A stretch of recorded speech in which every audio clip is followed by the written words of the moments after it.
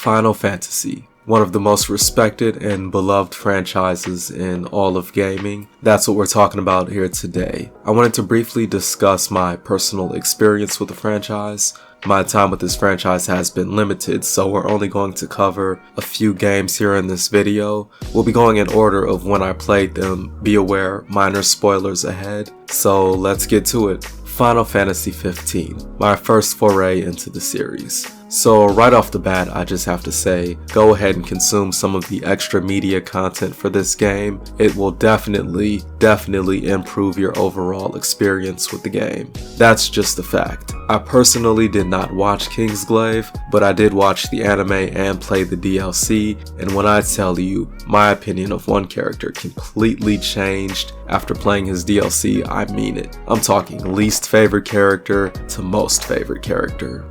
Now, as far as characters go, the lead here is Noctis, and there's not much there, plain and simple. His teammates, however, have well-defined and thought-out personalities. The best part of this game is definitely spending time with the entire squad together. You get a good sense of the brotherhood here in combat and through the story. Now, Final Fantasy 15 is well known for having a very messy development cycle, which definitely comes through in its structure, one that I think everybody should be aware of before playing. The first 2/3 of this game are open world, with the last third being extremely linear. In my opinion, neither section is all that well done. There's not much to do in the open world, and the linear section doesn't funnel you into any interesting situations. I've heard people say that they enjoy the linear more than the open world, and I've heard people say they prefer the open world more than the linear, so it really just comes down to however you feel about it.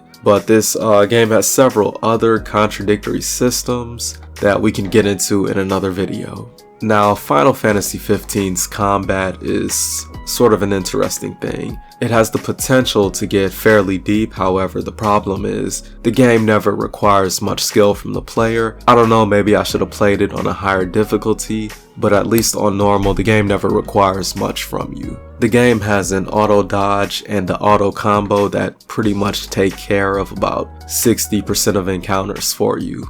Next up, Final Fantasy 12. Perfection. Just joking. So I'm not gonna lie, the game does have flaws.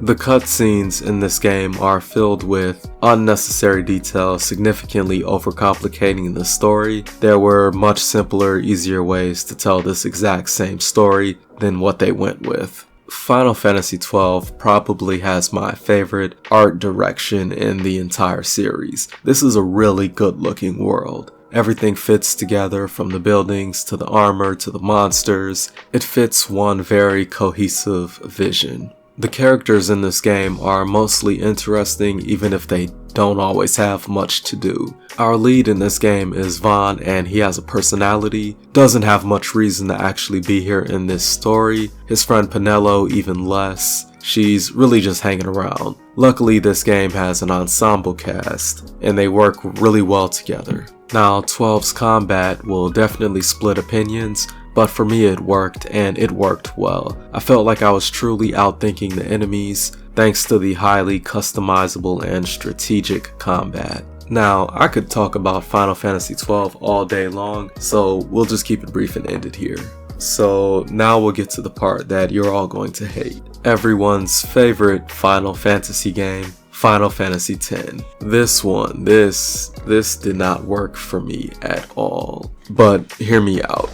In my personal opinion, the story was weak. The characters were even weaker. Nothing interesting really happens. They start something interesting with Riku and Wakka having beef, but they never take it anywhere, like several other ideas they introduce. There's an attempt at a story twist, but it's just not that surprising.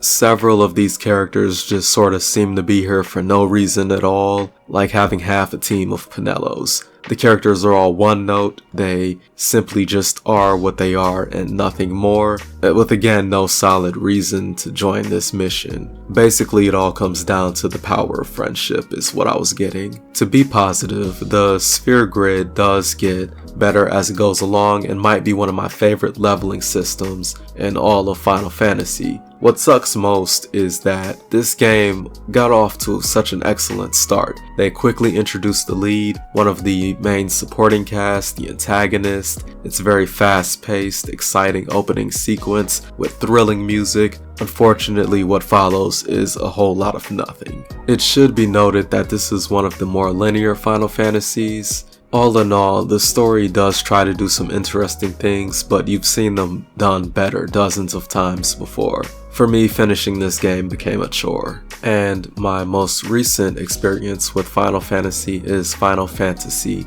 IX. This might be my favorite story so far. It's straightforward and moves along at a good pace. It's a bit of a sillier game with heavy, darker moments. Tonally, it's like a Pixar movie almost. Like if you were trying to introduce kids to darker themes, this might be a good approach.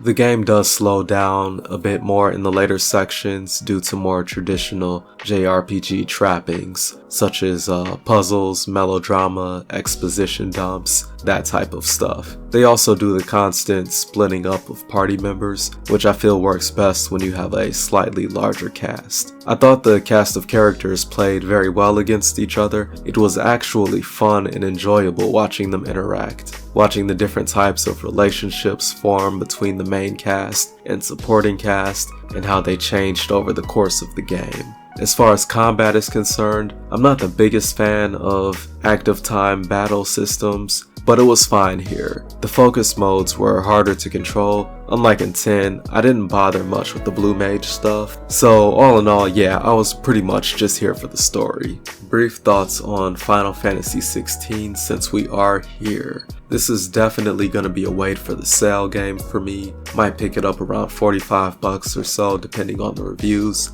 This game looks like it was inspired by The Witcher and Devil May Cry, and I'd rather simply go play those games instead. The only things that actually look intriguing to me are the kaiju battles, and story-wise, the relationships between the characters that control the summons could be potentially interesting. I really like my RPGs with teams or squads, and this game mostly having a solo protagonist is just a little disappointing to me, so yeah, I'm probably gonna wait for the price drop. Finally, I'm not sure if Final Fantasy VI or Final Fantasy VIII are going to be next for me. I have several months to decide, so let me know how many Final Fantasy games you have under your belt and which one you think I should play next. Thank you for watching the video.